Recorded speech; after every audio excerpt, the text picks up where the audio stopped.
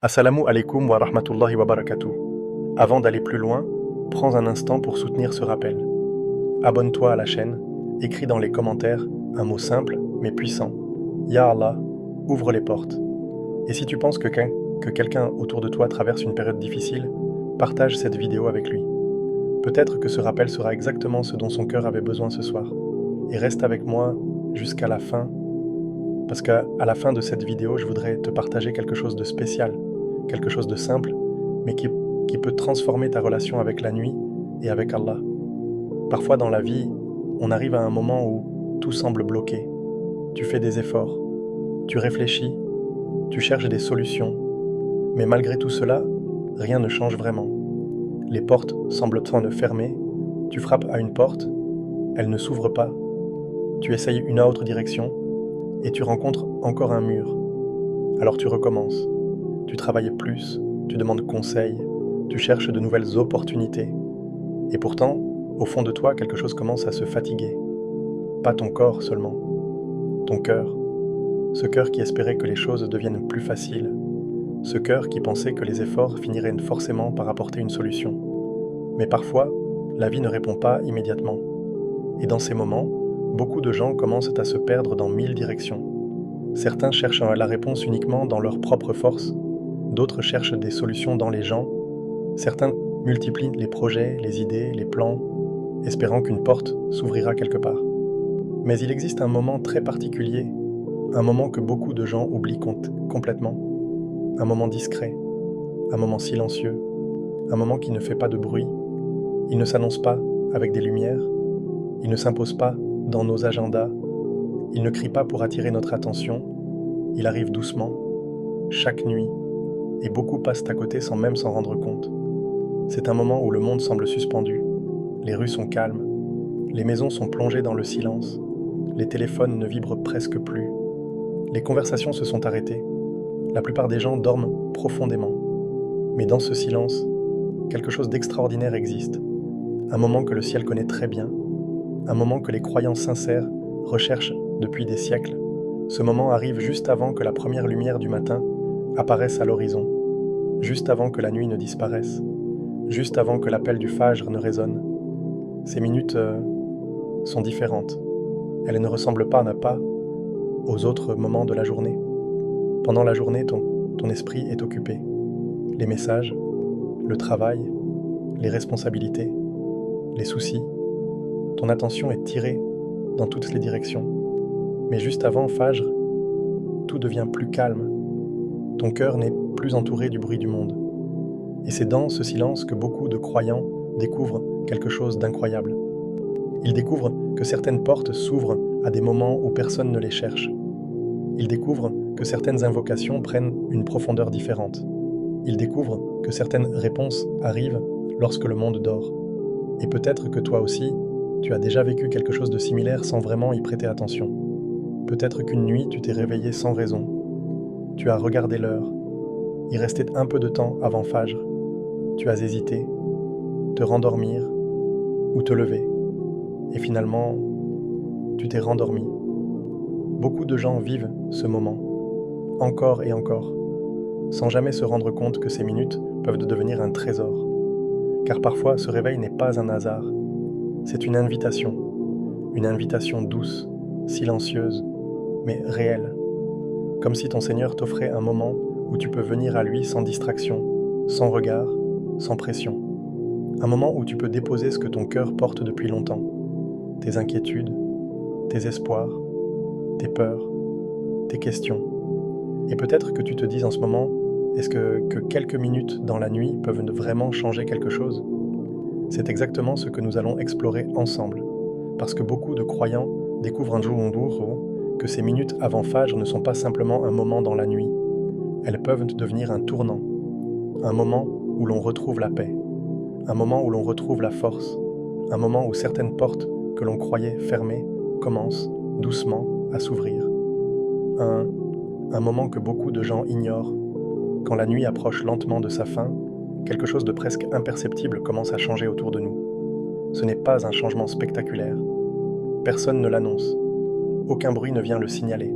Pourtant, l'atmosphère elle-même devient différente. Les rues qui étaient agitées quelques heures plus tôt deviennent calmes. Les voitures se font rares. Les fenêtres des maisons sont éteintes les unes après les autres. La ville entière semble se reposer dans un silence profond. Même les sons qui remplissent habituellement notre quotidien disparaissent. Les notifications cessent. Les conversations s'arrêtent. Les écrans se ferment. Et dans ce silence presque total, il reste quelque chose que beaucoup de gens ne remarquent jamais. Un espace. Un espace que la nuit crée autour du cœur humain. Pendant la journée, notre esprit est constamment sollicité. Nous passons d'une tâche à une autre, d'une pensée à une autre, d'une inquiétude à une autre. Nos journées sont pleines d'obligations, de responsabilités, de décisions à prendre, de problèmes à résoudre. Et même lorsque nous essayons de nous reposer, nos pensées continuent souvent de tourner. Mais lorsque la nuit atteint ses dernières heures, le monde ralentit. C'est comme si le rythme de la vie elle-même devenait plus doux. Et dans ce calme, quelque chose d'étrange se produit à l'intérieur du cœur. Les soucis qui semblaient gigantesques quelques heures plus tôt perdent un peu de leur poids. Les problèmes qui semblaient impossibles commencent à paraître moins écrasants. Les pensées qui tournaient sans arrêt commencent à ralentir. C'est comme si le silence extérieur créait un silence intérieur. Beaucoup de gens ne vivent jamais vraiment cette expérience, non pas parce qu'elle n'existe pas, mais simplement parce qu'ils dorment profondément pendant ce moment. Pour eux, la nuit passe comme toutes les autres. Mais certains croyants découvrent ce moment différemment. Parfois, ils se réveillent sans comprendre pourquoi. Peut-être pour regarder l'heure. Peut-être parce que quelque chose les a tirés du sommeil. Et lorsqu'ils ouvrent les yeux dans l'obscurité, ils réalisent qu'il reste encore du temps avant l'aube. C'est là que se trouve un choix silencieux. Se rendormir ou rester éveillé.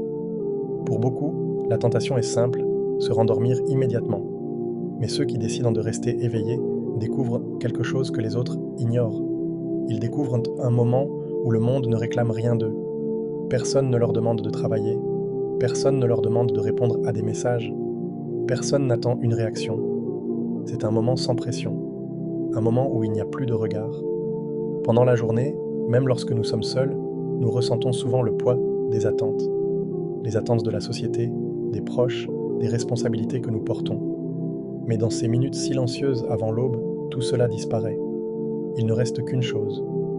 Toi et ton Seigneur. Et cette simplicité change tout. Parce que dans cette solitude particulière, le croyant peut revenir à une vérité qu'il oublie souvent dans l'agitation du monde. Il est un serviteur et son Seigneur est toujours proche. Dans ces moments, la foi cesse d'être une idée abstraite. Elle devient une expérience, une présence, une relation. C'est pour cela que ceux qui goûtent à ces minutes commencent à les regarder différemment. Ce qui semblait être un simple moment de la nuit devient une opportunité précieuse. Un instant où l'âme peut respirer. Un instant où le cœur peut se reconnecter. Un instant que beaucoup de gens ignorent, mais que certains croyants attendent avec impatience. 2. Le dernier tiers de la nuit est un moment unique. Dans les enseignements de l'islam, certains moments possèdent une valeur particulière. Ce ne sont pas des moments choisis par les êtres humains, mais des moments que la sagesse divine a rendus spéciaux. Le dernier tiers de la nuit fait partie de ces moments. Ce n'est pas simplement une question d'horloge ou de minutes qui passent, c'est un moment où la qualité de la relation entre le serviteur et son Seigneur devient différente. Pendant la journée, notre vie ressemble souvent à une course. Nous courons pour accomplir nos tâches. Nous courons pour résoudre nos problèmes. Nous courons pour rattraper le temps. Notre esprit est constamment occupé. Il pense au travail, aux responsabilités, aux factures, aux projets. Même lorsque nous prions pendant la journée, notre concentration peut être fragile. Les pensées arrivent rapidement. Les distractions s'invitent dans nos esprits. Mais la nuit possède une nature différente. Lorsque la majorité des gens dorment, les distractions disparaissent naturellement.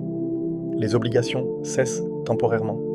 Le monde cesse d'exiger notre attention. Et dans cet espace, quelque chose de précieux apparaît, la sincérité. Parce que lorsque personne ne nous regarde, lorsque personne ne nous attend, lorsque personne ne sait que nous sommes réveillés, nos actions deviennent plus pures. Se lever pendant la nuit n'apporte aucune reconnaissance sociale. Personne ne nous applaudit. Personne ne le remarque. C'est une action que seul Allah voit. Et c'est précisément ce qui lui donne sa valeur. Dans ces moments, les mots que l'on prononce ne sont pas destinés aux oreilles humaines. Ils montent directement vers celui qui connaît déjà ce que le cœur contient.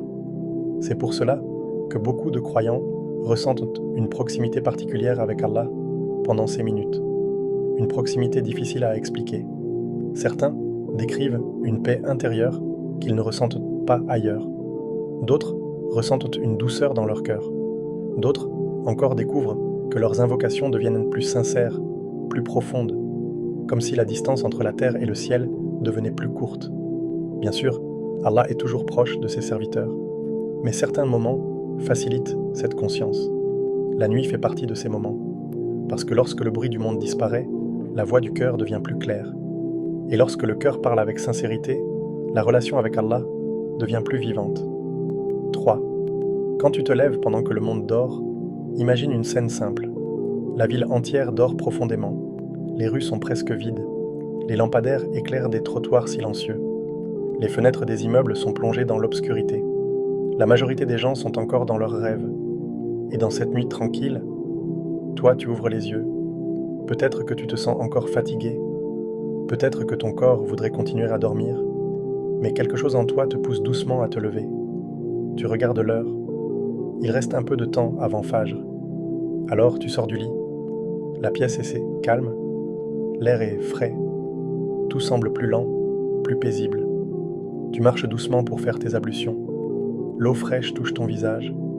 Et à cet instant, quelque chose commence à changer. Pas autour de toi, à l'intérieur de toi. Les pensées qui tournaient dans ta tête commencent à ralentir. Les tensions de la journée précédente s'éloignent peu à peu. C'est comme si chaque goutte d'eau emportait un peu de fatigue, un peu de stress, un peu de poids. Puis tu te diriges vers ton tapis de prière. La pièce est encore sombre. Il n'y a personne pour te regarder, personne pour juger ta prière. Tu es seul, mais en réalité tu n'es pas seul. Parce que lorsque tu te tiens debout pour prier, tu te tiens devant Allah. Et cette conscience, elle transforme ce moment. Pendant la journée, nous prions souvent rapidement, pris par nos obligations. Mais dans la nuit, la prière devient différente. Elle devient plus calme, plus personnelle, plus intime. Lorsque tu poses ton front sur le sol, tu ressens quelque chose de difficile à décrire. Un mélange d'humilité, de soulagement et de confiance. Parce que dans cette position, tu reconnais une vérité simple mais puissante. Malgré toutes les difficultés de la vie, il existe toujours un refuge. Et ce refuge est auprès d'Allah. 4. C'est un moment où tu peux déposer ton cœur. Chaque être humain porte des choses invisibles dans son cœur. Des inquiétudes que personne ne voit. Des souvenirs qui reviennent parfois sans prévenir. Des regrets que l'on garde pour soi. Dans la vie quotidienne, nous apprenons à cacher ces choses. Nous sourions lorsque l'on nous demande si tout va bien. Nous répondons que tout va bien, même lorsque notre cœur traverse une tempête. C'est une habitude humaine. Mais la nuit possède un pouvoir particulier. Dans la solitude, les masques deviennent inutiles. Lorsque tu es seul dans l'obscurité, il n'y a plus de rôle à jouer, plus d'images à protéger, plus de façades à maintenir. Tu peux être simplement toi-même. Et c'est dans cet espace que beaucoup de croyants découvrent un refuge extraordinaire, parce qu'Allah connaît déjà tout. Il connaît les luttes que tu traverses, il connaît les questions qui t'empêchent de dormir, il connaît les espoirs que tu gardes dans ton cœur, il connaît même les pensées que tu n'as jamais exprimées à voix haute. Alors lorsque tu lèves les mains dans la nuit, tu n'as pas besoin de trouver des mots parfaits. Tu peux simplement parler. Tu peux dire « Oh Allah, tu sais ce que je traverse ». Parfois, ces quelques mots suffisent, parce que la relation entre le serviteur et son Seigneur ne dépend pas de la beauté du langage, elle dépend de la sincérité du cœur. Et dans ces minutes silencieuses de la nuit, cette sincérité apparaît naturellement. 5. Quand une porte semble fermée, il arrive dans la vie des moments où l'on a l'impression d'être face à un mur. Peu importe la direction que l'on choisit, rien ne semble fonctionner. Tu essaies une solution, elle échoue. Tu cherches un autre chemin, il se ferme aussi. Et peu à peu, une pensée commence à s'installer dans ton esprit. Peut-être qu'il n'y a plus de solution. C'est une pensée lourde, une pensée qui fatigue le cœur, parce que l'être humain a besoin d'espoir pour avancer. Mais lorsque toutes les portes semblent se fermer, l'espoir devient fragile. Peut-être que cela concerne ton travail, peut-être un problème familial, peut-être une difficulté financière, peut-être une épreuve intérieure que personne ne voit. Et plus le temps passe, plus la situation semble compliquée. Beaucoup de gens vivent ce moment dans leur vie, un moment où leurs propres capacités semblent atteindre leurs limites. Et c'est souvent à cet instant que la foi prend une nouvelle dimension. Parce que l'histoire des croyants nous rappelle une chose très importante. Les situations qui semblent impossibles pour l'être humain ne sont jamais impossibles pour Allah. Combien de fois, dans l'histoire, Des personnes ont cru que tout était perdu, avant que la situation ne change d'une manière inattendue.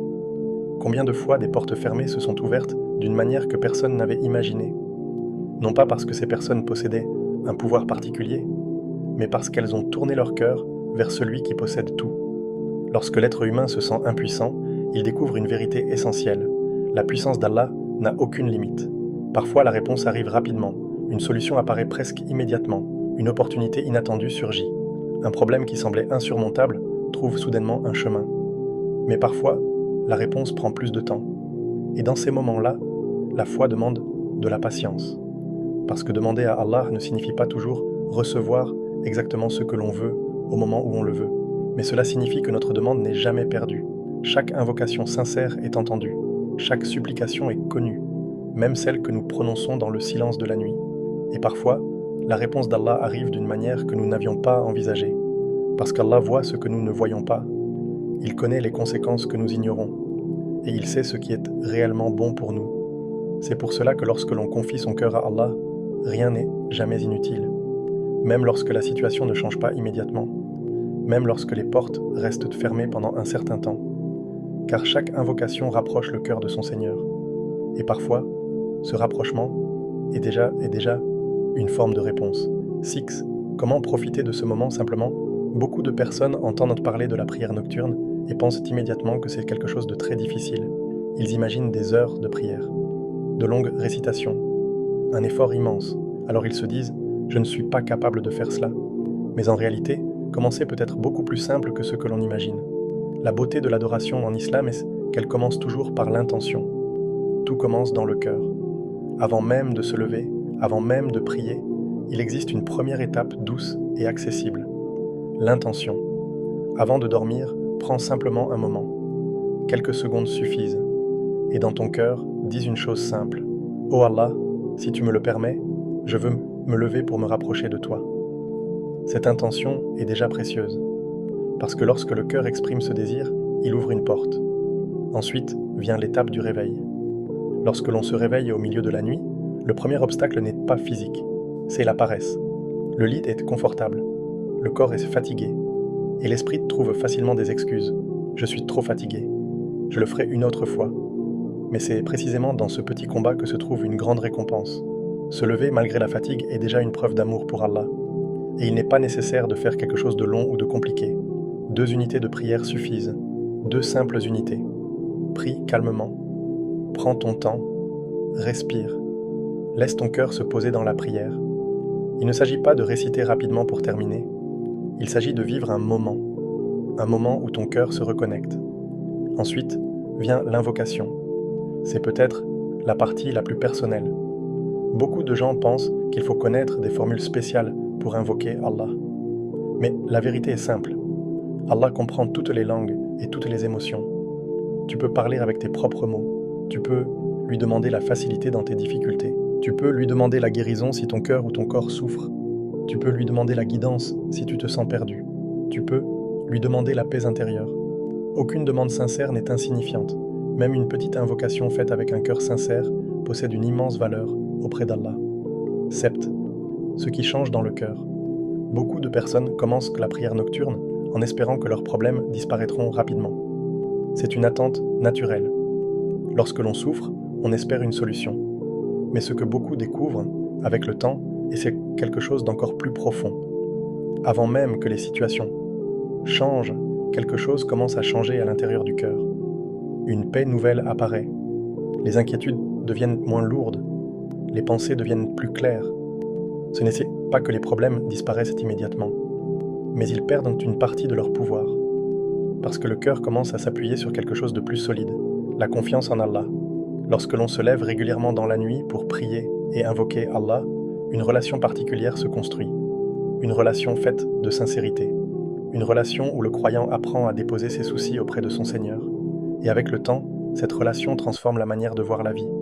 Les difficultés ne disparaissent pas toujours, mais la manière de les vivre change. La patience devient plus forte.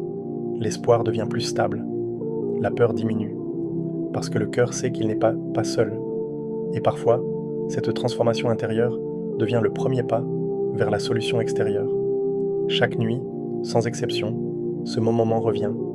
C'est un rendez-vous discret que beaucoup de gens ne remarquent jamais. Une invitation silencieuse, une porte qui s'ouvre dans l'obscurité. La majorité des gens dorment pendant ce moment. Le monde est plongé dans le sommeil, les maisons sont calmes, les rues sont silencieuses. Mais au milieu de ce silence, une opportunité existe. Une opportunité que les croyants sincères apprennent à reconnaître. Car ces minutes avant l'aube ne sont pas seulement une partie de la nuit. Elles peuvent devenir un moment de transformation. Un moment où le cœur retrouve sa direction. Un moment où les invocations montent vers le ciel avec sincérité. Certains passent toute leur vie sans découvrir la beauté de ces instants.